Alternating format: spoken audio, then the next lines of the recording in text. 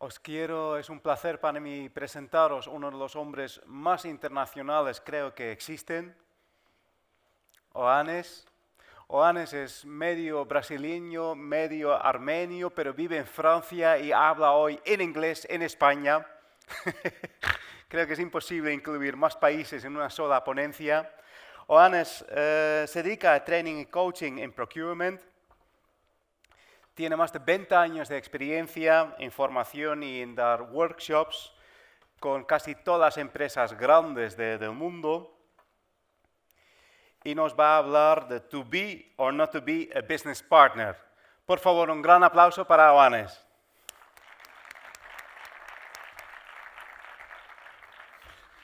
Thank you.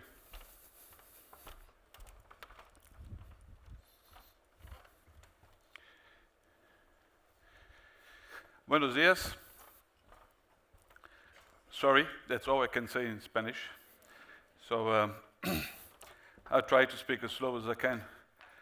And I hope if the translation is going to work out for you. I'll wait for the presentation to come. Here we go. So we are talking about transforming the future, how the future will be in procurement. We talk a lot about the digital things this morning. Let's talk a little bit about the people. You might have seen last year, PepsiCo has dismissed the marketing procurement team because they considered that procurement was not fast enough, was not agile enough, that they were not meeting the needs of the marketing department. So they fired the buyers. The marketing department took some of them to the marketing department to work and deal with the suppliers, but within the marketing department. That was a major shock in the procurement organization, and this is where I started to say, maybe we are facing the end of procurement in some companies.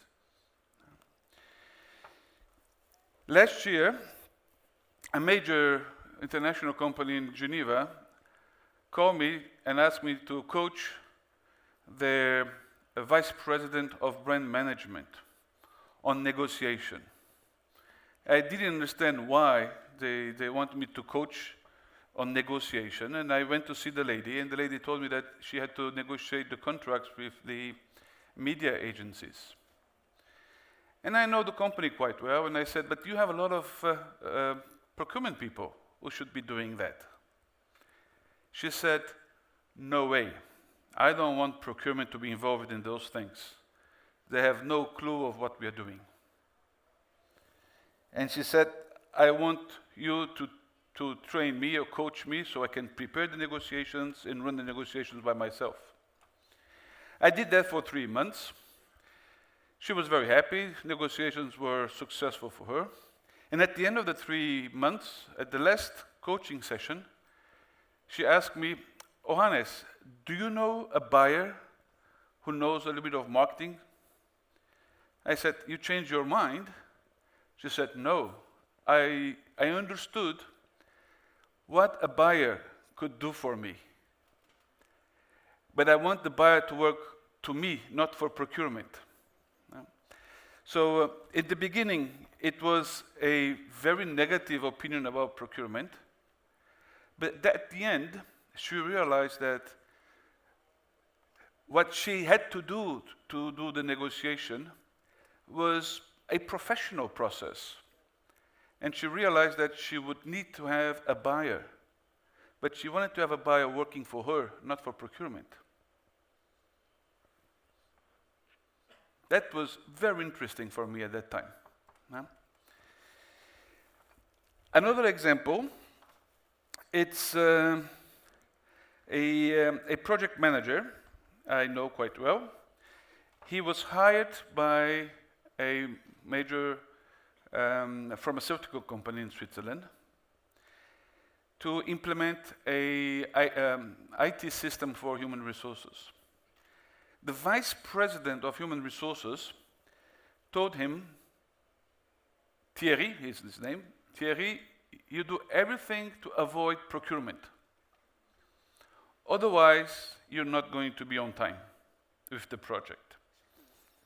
So Thierry followed his boss's order. He tried to avoid procurement. He used to take the meetings with procurement. He used to set the meeting with the suppliers looking at the buyer's agenda to be sure that he would not be in the office at that day. So he would avoid the buyer as much as he can. One day, the buyer and the procurement department were aware that he was doing that type of job, so they said, you need to involve procurement in this process. He said, okay, come in. In the beginning, the relationship was really bad. After a few months working together, he said that things were getting better with the buyer. At the end of the project, he went to see the buyer to thank him. He said, Mr. Buyer, thank you very much because your participation in this project was extremely helpful.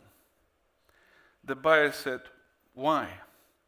He said, because you're able to put things in the contract that minimize our risk in a way that I've never seen in the past. So he was thanking the buyer because he was able to minimize the risk of having that type of supplier for the next 3, 4, 5 years. You know what the buyer answered to him? He said, I'm happy for you, but this project will not bring any value for me. And Thierry asked, why? He said, there is no savings to report. Yeah. So, there is no savings to report. Which means what?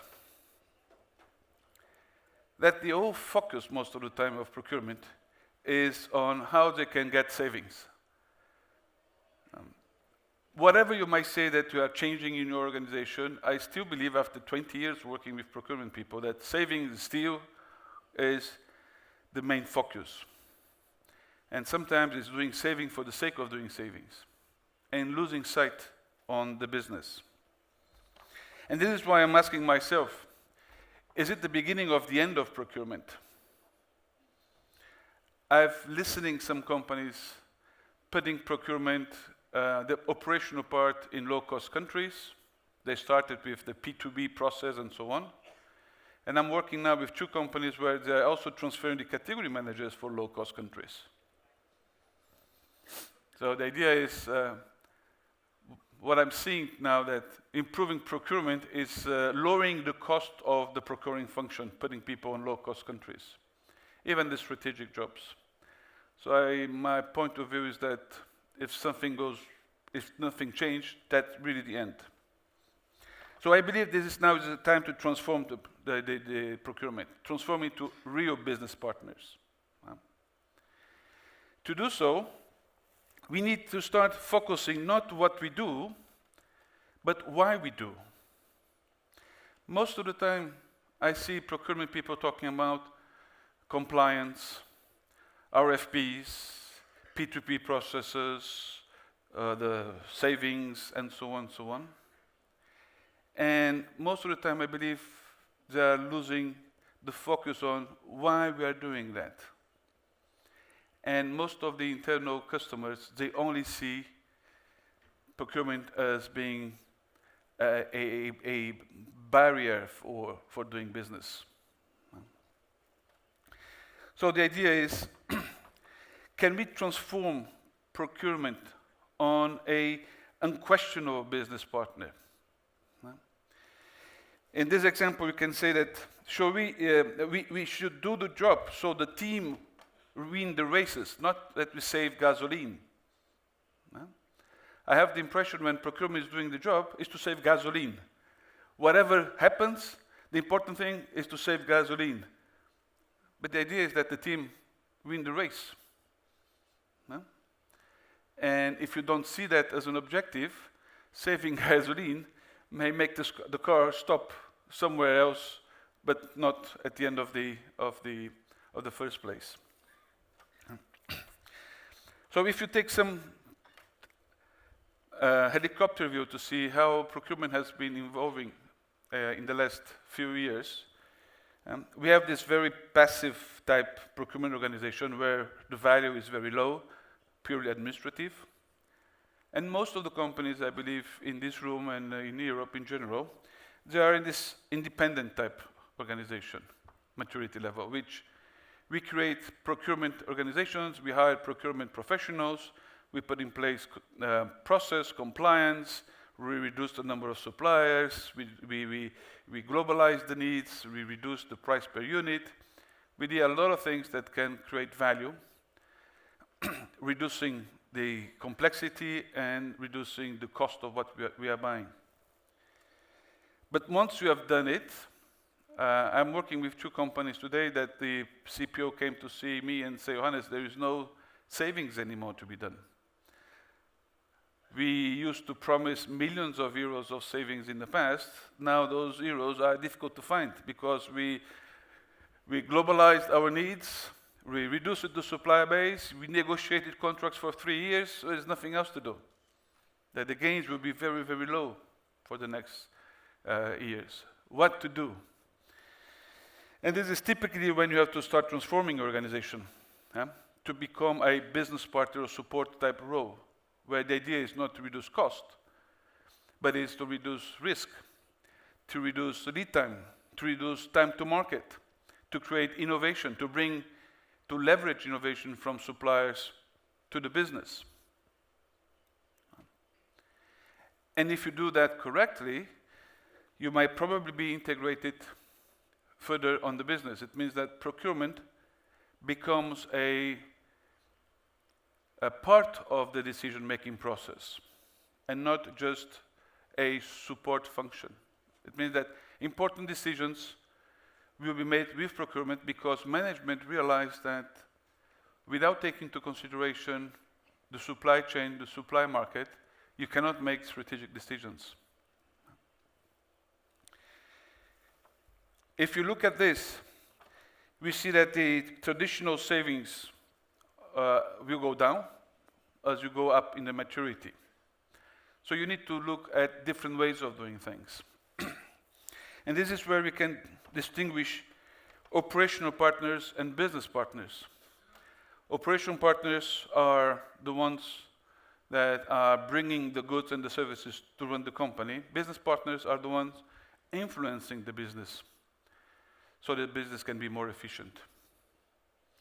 And this is the major change in my point of view in terms of the skills. As operational partner, you need to know procurement. You need to know how to make requests for quotations, you need to know how to make sourcing, you need to put in place compliance process and so on and so on. But if you want to become a business partner, what is the main skill you need?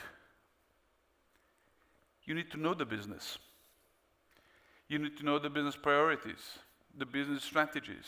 You need to know how competition is doing. You need to know how you're going to create value for the business, which is not necessarily looking at the procurement approach. Then the question is, what is value? And this is probably one of the most difficult things procurement managers they have, is to show their value to the business, which is not saving. Just like Thierry, the project manager, and the buyer. The buyer was able to reduce risk.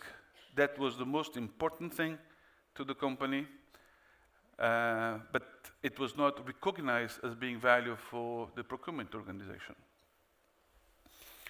So how can we define risk? How can we define value? If you look at what your company does, most of the companies, they have inputs, they transform something and provide services and products for their customers. Creating value may be simply improving the satisfaction of your customers. It could be doing things to reduce the cost of serving your customers. It could be reducing time. Once I was working with a company, he said, our customers are happy with the product, they don't complain about the price, but we are always late. Can we do something to improve or reduce our lead time? And this will create much more value than reducing the cost of what we are doing. Reducing the risk, as we just said with this example, with the human resource project, and increasing sustainability. With the crisis, sustainability was kind of left on site. Now it's becoming also quite important. And I'm working with a lot of people where increasing the sustainability of the business, increasing the compliance with corporate social responsibility, it's becoming an important leverage for procurement and for creation of value. And those things you can do via innovation. The new trend in procurement is how procurement can do innovation, open innovation. And what I'm afraid is that innovation becomes an objective by itself, as being digital become an objective by itself. The idea is not to be digital, the idea is not to be innovative, the idea is to be what? Is to use innovation as a mean to create one of those values to the company.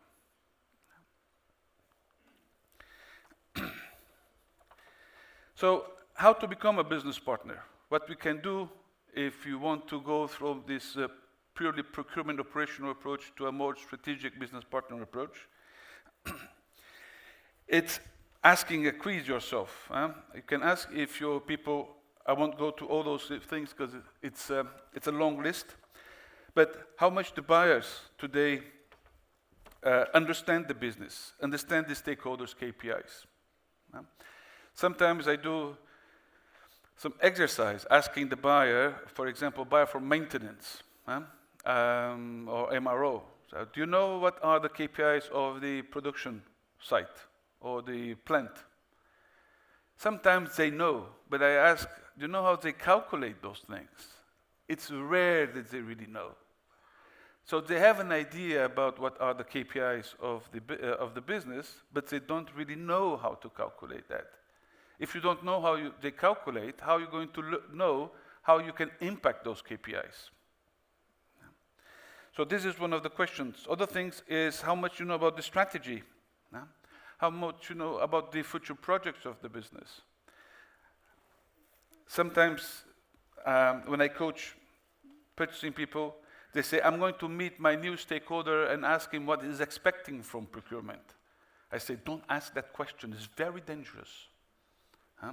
They might tell you that they don't want anything.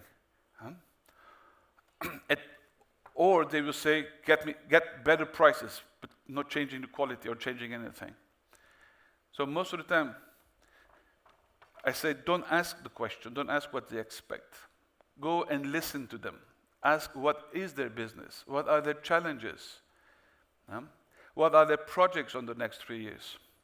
And then come back, go to see your colleagues in procurement, try to figure out how you can help them meet their targets, their business targets. Because most of the stakeholders, they don't know what they can expect from procurement, besides what you have promoted during these 20 years.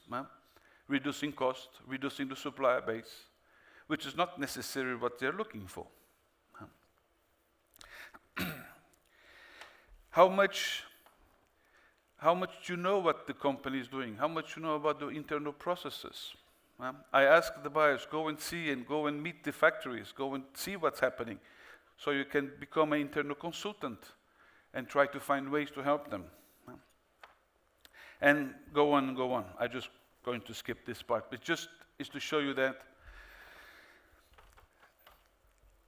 the question is how much your people knows about the business challenges, the business KPIs, and how much do you know, how can you impact those things without looking at traditional procurement KPIs.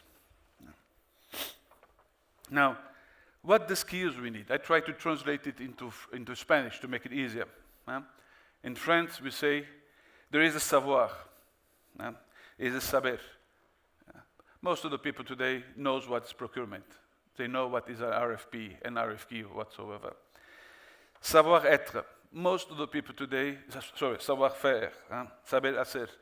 Most of the people today, they know how to do RFP, RFQ. They know how to make international sourcing, global sourcing, and so on. Some of them also, they know the savoir-être, saber ser. They know when to use it and how to use it, and so on. But if you want to become a business partner, you need to have a fourth dimension, which is vouloir être. Es querer ser. I believe in Spanish you might say gana or ter garra. It's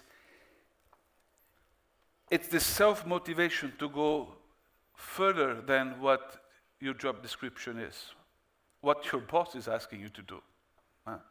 It's this motivation to go and change things beyond what is expected from you. Because in business today, nobody is expecting something different from procurement. As I said, they don't even know what you can bring to them. The best example I have about this querer ser, it's one of my students. She became purchasing director of a major cosmetic company, the luxury division of this major French cosmetic company. And for 2 months, she tried to be part of the executive committee meeting. This executive committee meeting used to meet every week on Mondays. She tried to influence the different important people so she would be invited to this meeting. It didn't work out. They would say, why procurement? You know, we are a cosmetic company, marketing, brands, and so on and so on. Procurement people, they just need to buy things so we can produce. So she tried.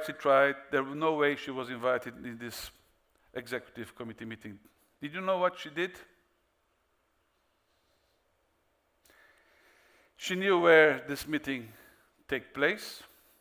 She knew when. One day she decided to go to the meeting by herself. She entered the room. She took a seat. She said, "Who is going to ask who invited me?" She is a very smart lady. She has prepared some key points which was a real issue for the executive committee. And whenever the opportunity was there, she started to say some interesting and important things. The meeting was over. She didn't leave the room right away. She was kind of doing things to go slowly, so she left the room with the CEO, with the president of the division. And guess what the president said when they were leaving the room? Emmanuel, she's name, Emmanuel, next Monday,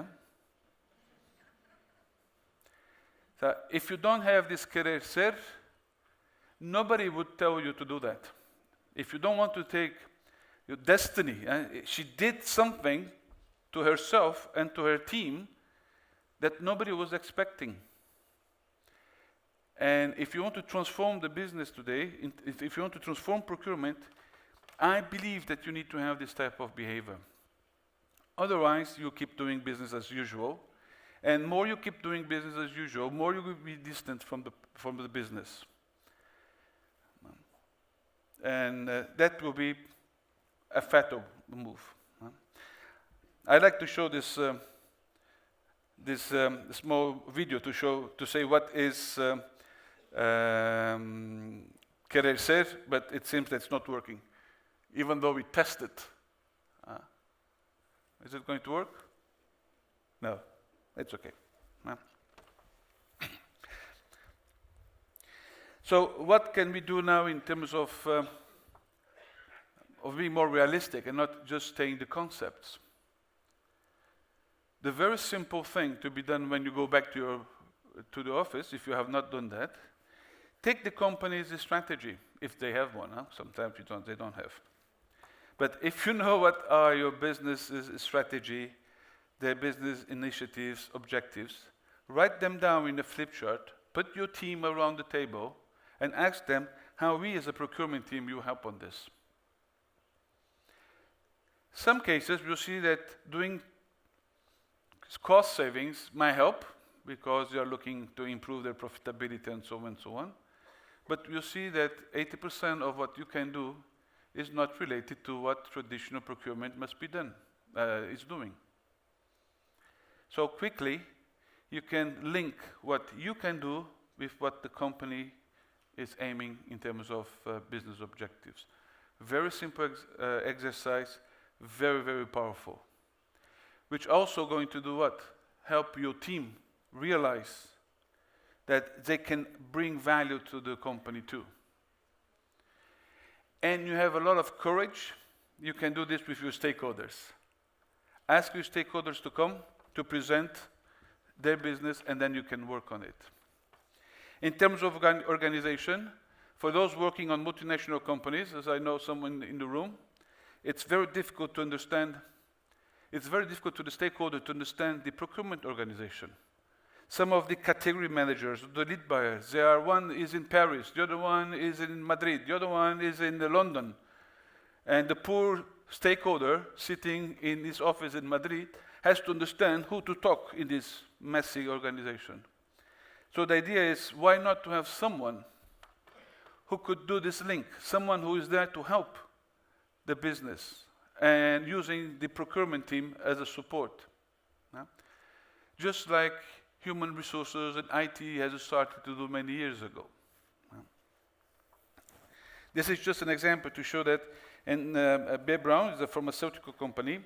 The head of procurement now is sitting next to the head of R&D, physically next to each other, even though the buyers are still sitting in the factory, but they are sitting close to each other to create this new type of work.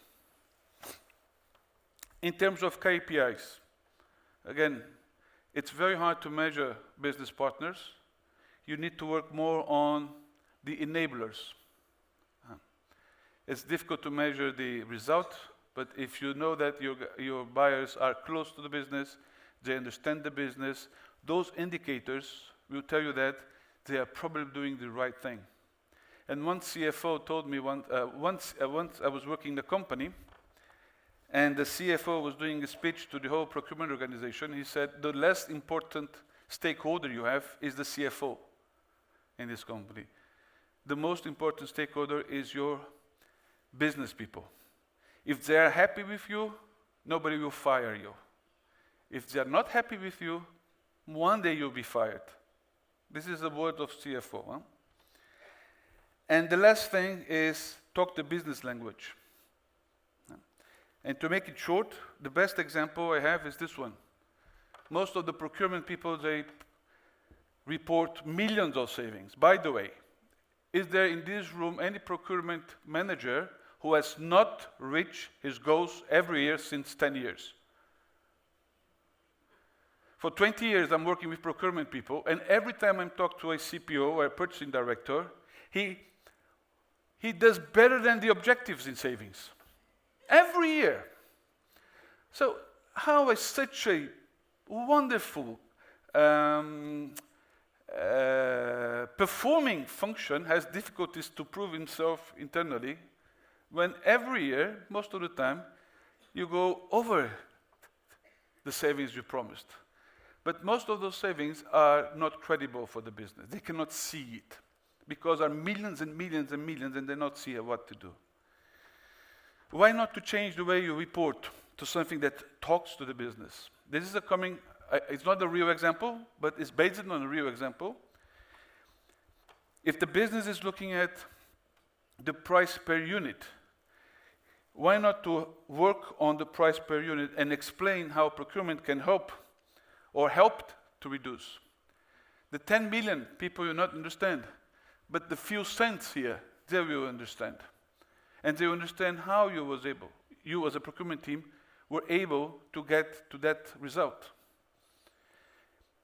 And everybody will understand this in the company. The 10 million, very few people can understand that. So, some people ask me, what's next, Ohanes? After business partner, what will become procurement? And next, for me, will be procurement as a business challenger. And if you look at this, the idea is how all these things we saw this morning, how the Internet of Things, how the digital world, how can we as procurement can use those new technologies to change the way the business is run in our companies, challenging the whole business and transforming the business. So the idea is that becoming a business partner now is a survival issue, and the idea is to make the team win. And that's the message for me. Thank you.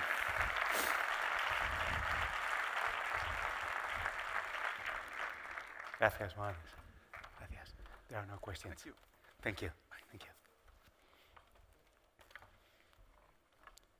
Muchas gracias. Sí. Sí que hay una pregunta.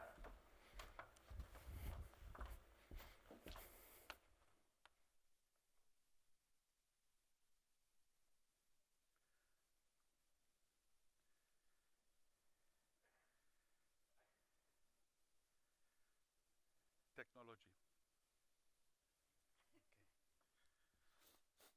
The question is from Miguel.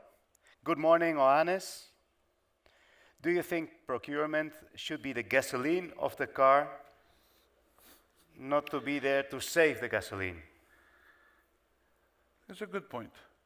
I would say better be the driver than the gasoline. But that's the point. I believe if you understood the idea that saving gasoline will not necessarily make you win, you might be the one sitting close to the driver, the co-pilot, and helping the pilot get with the car at the end and win the game. Okay.